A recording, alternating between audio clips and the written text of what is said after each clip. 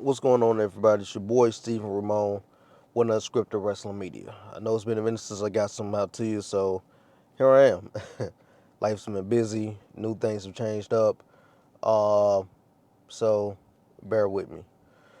All right, so this right here is not going to be like my traditional videos. This is going to be more along the lines of kind of the purpose of what I really wanted to do when I started this channel, and that's bring a different aspect to the wrestling world of content creation from a fandom standpoint.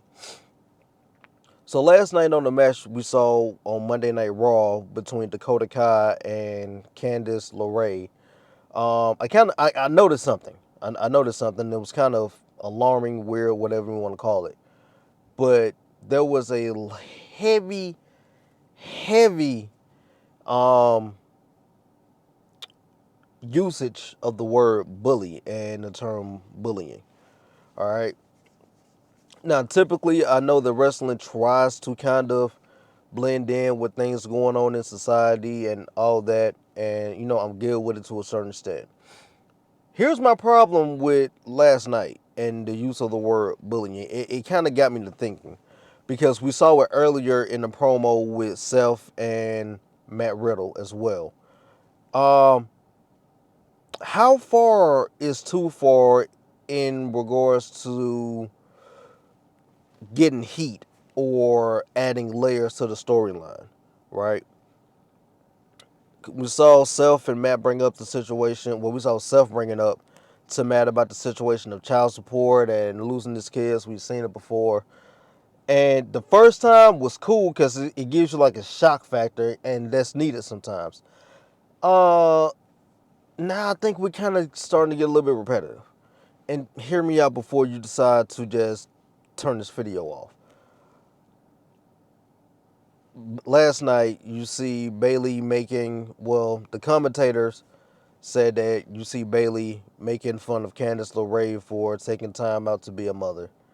Um, and it just gets me to thinking, from a logical standpoint, are we really overusing the term bullying when it comes down to professional wrestling?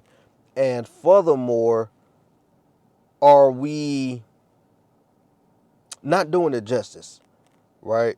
Because bullying is a real thing. It happens. We know this.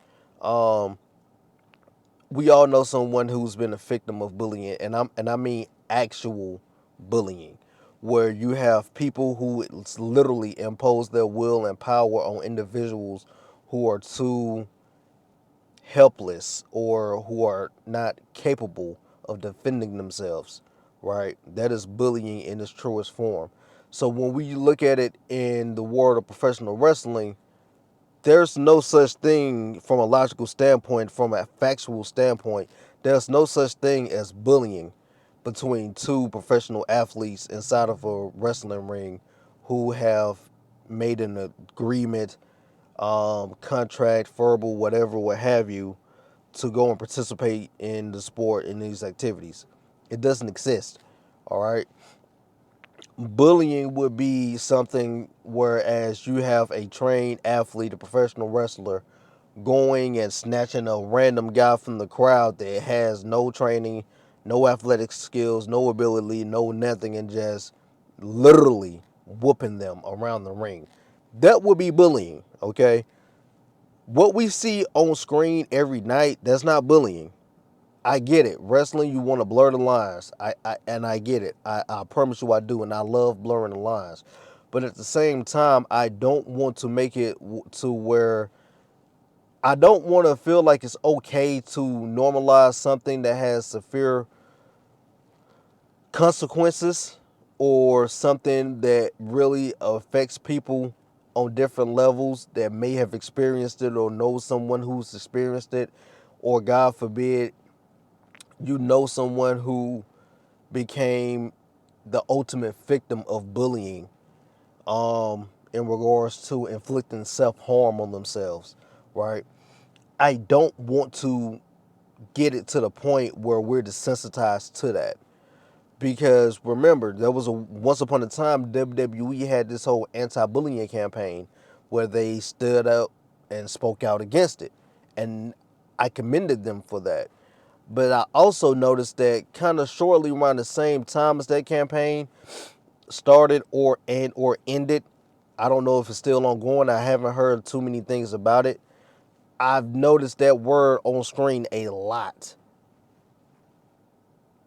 and I don't like it. And it's typically what you attribute to a hill that you're trying to get over and get heat with and get heat on. And I get that, that's cool. But can we not find better ways to get heat on a hill other than calling them bullies when in actuality they're not? Maybe I'm being too analytical. I don't know. I don't. I'm just here sharing my thoughts. Maybe I'm the only one in the world that thinks this way. Maybe I'm not. I don't know. But I just feel like we should do a better job or be more creative or finding ways to get heat on heels. All right. Now, the whole personal thing with Riddle and Self, the family stuff, hey, first off, them being able to do this on screen shows the utmost professional aspects of those two as individuals. All right, because that's a sensitive topic for many people. If you've been through it, you already know that's to some people that's a no go. That's off limits. And you still have to be careful because we've seen situations and examples where bringing family on screen goes wrong, right? Need I remind everyone of Sean and Brett, all right? The sunny days, all right? We've seen multiple documentaries and interviews where Bret Hart literally mentioned how that one segment, that one promo actually had implications on his real life marriage at the time. So, come on, we gotta do better. We gotta do better, right? If we're gonna be anti-bully, let's be anti-bully. But at the same time, let's stop doing heels this justice, in my opinion, by calling them bullies. They're not bullies. They're not. So let's not do that. Bully is taking one of the production guys backstage and giving him a wedgie or just constantly insulting him. That's a bully, right? You can call these guys ruthless. You can call them a-holes. You can call them jackasses. You can call them whatever, right? Pricks, whatever, the whole nine, all right? But can we not really dive into and label these guys as something that they're not? I haven't really even seen interviews where a lot of these heels embrace the role of quote unquote being a bully. But here's what's actually crazy. Even when we're actually showing examples of bullying being done on screen, we don't even call it that. And a prime example of that, if you want to be 100% honest about it, from a character standpoint, Roman Reigns bullied the bloodline into existence. He bullied the hell out of Jey Uso. Yeah, he actually did. And manipulated him. All kind of just narcissistic tendencies. But we never once called Roman Reigns a bully for that. Now, did we? Because we didn't want to have his character tied to that negative connotation or that negative thought or that negative perception about him. We didn't do that. So why are we doing it with Dakota Kai and Damage Control? It don't make sense. Like, it really doesn't. So that's just my 2 cents on it, man. All right. That clock is ticking, so I got to get ready to go. But make sure you like this video, share it with your friends, hit that subscribe button, hit the bell icon, turn on the notifications, so whenever I upload content, you get notification about it. And until then, remember one thing: live unscripted. Peace.